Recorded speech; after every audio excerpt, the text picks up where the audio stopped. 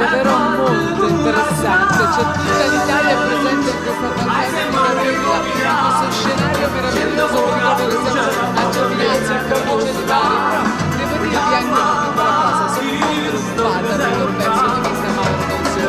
Ora, le condizioni normali solitamente siamo tranquilli, ma oggi c'è stato un pochino, andiamo in giro, dove c'è donna c'è Mauro dal sogno pazza. Ma cosa basta? Ho trovato la mia parente. La tua parente? Lei è di Sassuolo, io sono di Morzano e ho vissuto a Cattolica Vissano Cavicci. Allora perdonami Mauro, fammi mettere al centro. Chiedo scusa per il fastidio che le ha arrecato il mio collega Mauro Danzoni. Non creda mai a nulla perché è un burlone. Cosa le ha detto? Cosa le ha detto? No, ha detto dove viene? Le ha già fatto la domanda fatidica, è fidanzata. Gliel'ha già chiesta.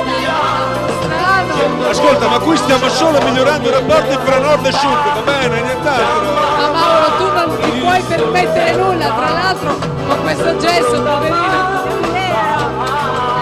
Cosa possiamo fare per allietare la notte di la serata di quest'uomo con un gesto? Devo ballare. Bravo, va bene. Oltretutto il gesso stimola lo spunto da crocerossina, quindi noi adesso... No, adesso a parte tutto, lei come si chiama? Bellissimo nome, lo lasci perdere Mauro Danzoni, perché è davvero una sorta di vuoto a perdere. Buon divertimento. Ha detto che si vuole fidanzare con te perché io ho davvero tessuto le tue lodi, Mauro. Meglio così, perché le donne quando le metti insieme sono sempre pericolose, sai?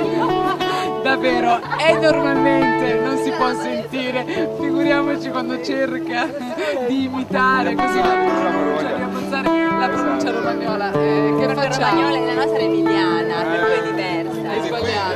Già nasce un campanilismo che non ci giova, i rapporti tra...